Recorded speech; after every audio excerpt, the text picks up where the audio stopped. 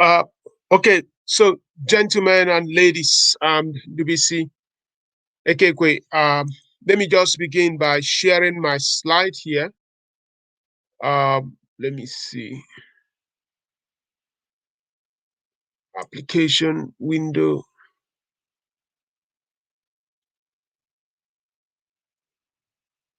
Okay, so so thank you so much, Ndubuisi Ekekwe. I'll begin. Uh, Speak on the conversation on reimaging business in a post-COVID world. And I'll begin that by looking at the whole constructs of the essence of business. Of course, we know that companies exist in the marketplace because there is a friction they want to solve.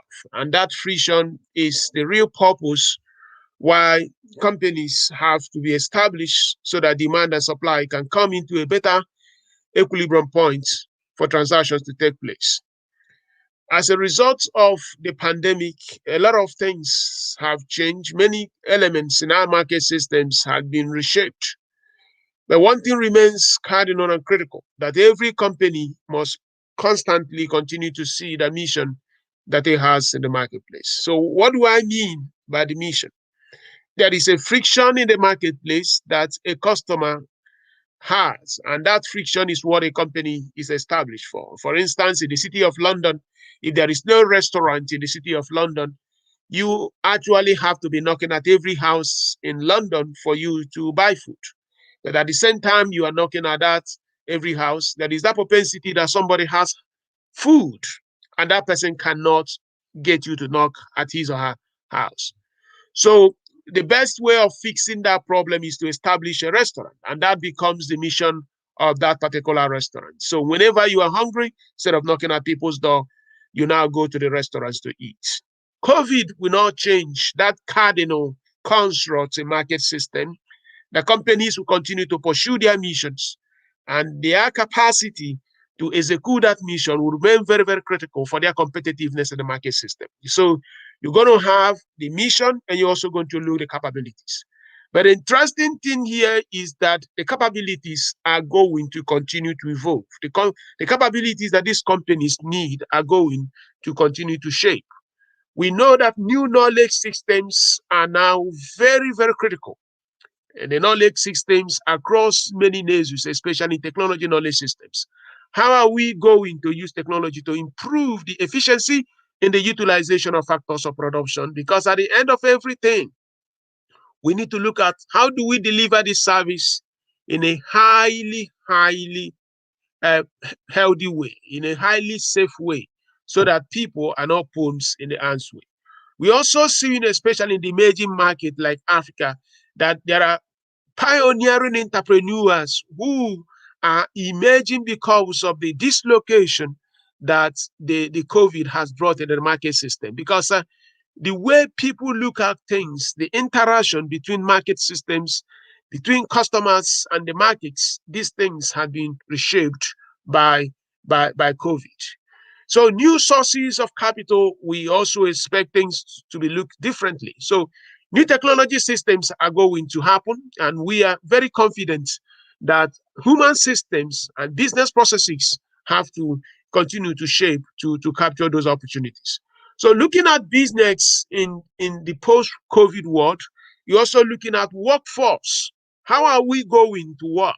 A lot of people talking about work from home. A lot of people are talking about digital systems driving the efficiency on everything that we are doing today in market system. These things are going to be extremely very critical. And we have to see how bringing the people, bringing the tools, bringing the processes, how we're going to do them in order to make sure that we are no more just serving consumers, that we can take most consumers to customers, and then we can take most of our customers to fans. As we know that businesses thrive when they have fans as customers. Businesses thrive when they have moved from consumers to customers and customers to fans. Because at the level of fandom, you are now serving these customers beyond the elemental needs of just meeting their needs, but you're also offering them something more than their needs. I think in this COVID world, the differentiation that you can begin to deliver better services to customers is actually going to be a very huge factor for us to drive competitiveness in the market system. And I give you a very good example here. We have seen how companies like Apple, they become extremely dominant because they build this architecture. They made it possible that anywhere you are, you can also be involved in whatever you are doing. So innovation is going to remain a key element. Before COVID, within COVID, and after COVID, having a better way of doing something will remain the basics upon which every market system will run. So that we are moving into this COVID world, the customers are expecting better ways of reaching out to them and offering services to them.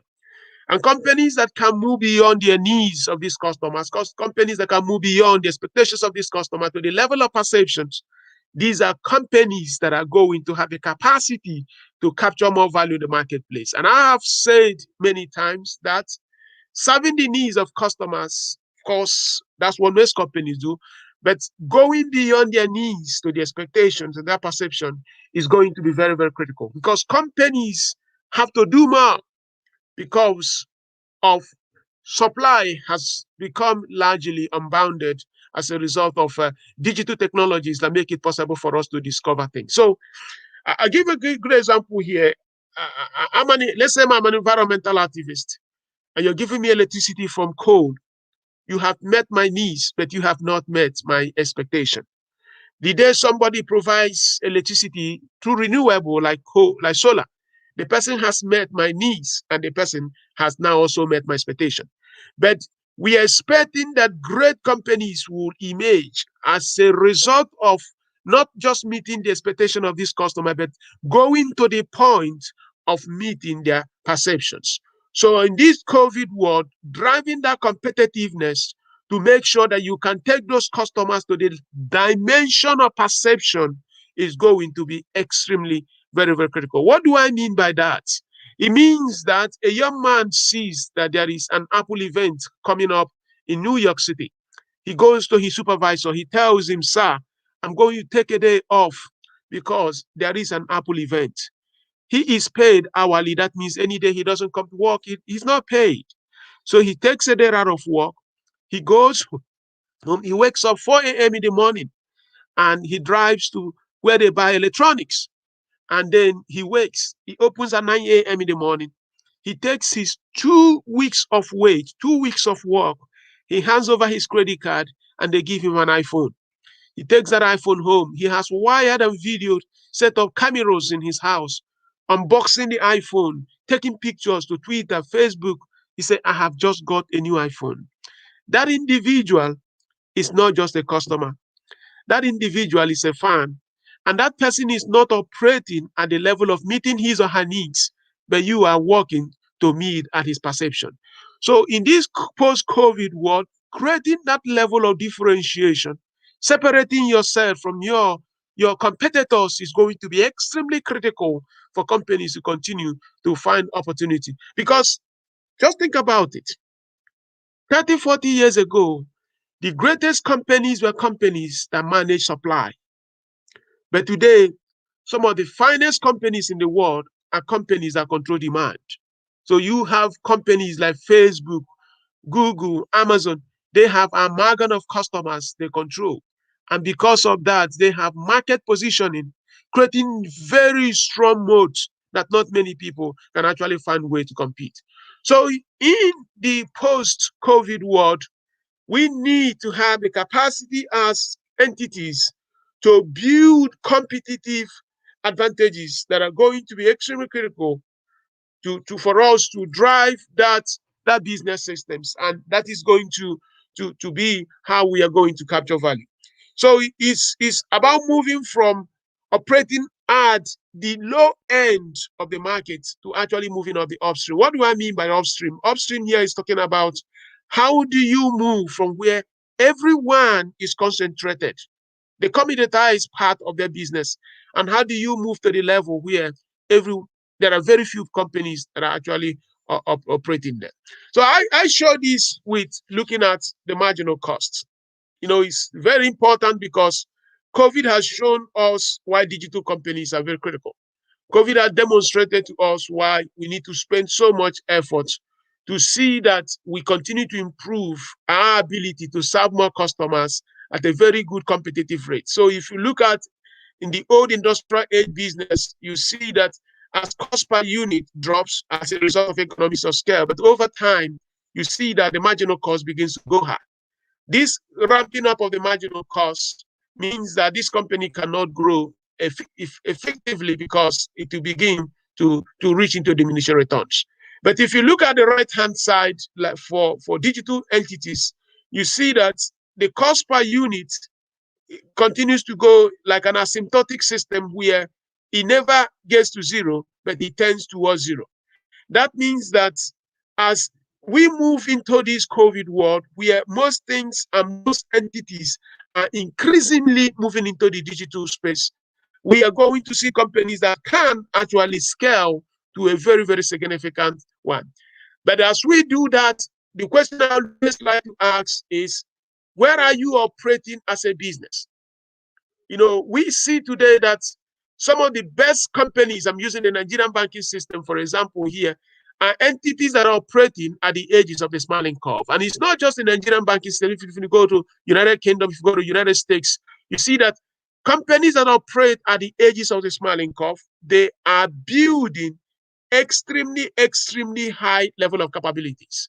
So if you are a bank, you capture very low value because right here, the value is least. But if you are operating like the fintechs, using the fintech sector as an example, you see that the edges, they are capturing more value.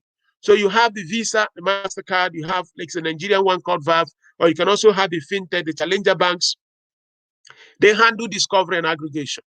COVID is making it possible that some of these entities at the edges of the smiling curve can actually capture most of the value in the markets, even when the greatest work in the market is actually delivered by those at the center. So the question here for us is, in your sector, whether you are insurance, whether you are in retail, whether you are in healthcare services, at what level of your industry, at what phase are you operating? If you are just operating at the center, there is a propensity that you can do most of the work and you cannot capture value. So the knowledge base for us in this COVID world is to see how do we build our business processes that at the end of the day, we can also have an opportunity to capture value. Yeah, just using the African post-COVID world here, I'm just saying that we are going to see a world where there is remote everything as we know. And this is evident from educational systems to the way we work for the healthcare services to sales management. People are now redesigning their business systems so that they can actually move into all these niches. Now, there is also a high level of hybridization of supply chain. I know many people in West Africa, they are spending significant amount of time to find alternatives within their supply chain systems, not just focusing on Asia because of the experiences they had with COVID. We also seen semi-automation. How do you bring AI and chatbots to improve your capacity to serve your customers without necessarily using the human systems in case systems become a challenge that humans cannot actually do the work? And of course, we know that digitization and cloud migration is going to become a very critical element of the 21st century. I've written extensively on this in Harvard Business Review, where I noted one thing, that the companies of the future are going to be the companies that will have the capacity to actually grow with this type of marginal cost, where they continue to see cost per unit going asymptotically even as they continue to expand. That means that the scalable advantage largely remains unbounded. So I'm expecting that we will see such translations in our market systems in this COVID world across many niches of our business system. So actually, that is just a very short presentation I want to give here, because I know that the time is short, and and we are going into discussion. Let me see. Sorry. I don't. Uh, Hello? I can't hear anyone. Hello? Are you there?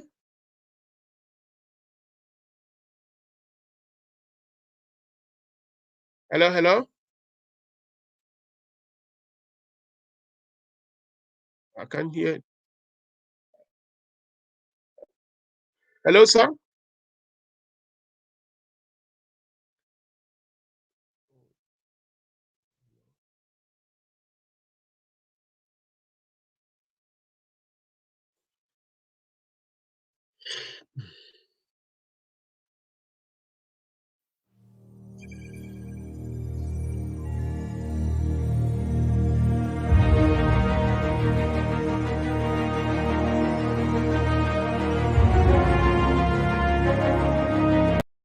Our world has become way too complex, and the complexity of our world has also been complicated by some wicked problems. But in the midst of all of this, we must realize that all of the issues that we face, from terrorism to pandemics to climatic issues and political issues, are all consequences of our choices and decisions, both as a people and a society. And the truth is, the problem in every generation belongs to people in that generation. And the world only moves forward as individuals rise up to take responsibility for the problems they meet in society. Now, this is what we do at every Session Leadership Agenda Summit. Committed and hungry change seekers gather to learn, to connect, and to collaborate on solving some of the world's biggest issues, beginning with the local environment to continental level and, of course, global level. Now, in November 2021, we're going to be in Pretoria, South Africa for the 2021 edition in person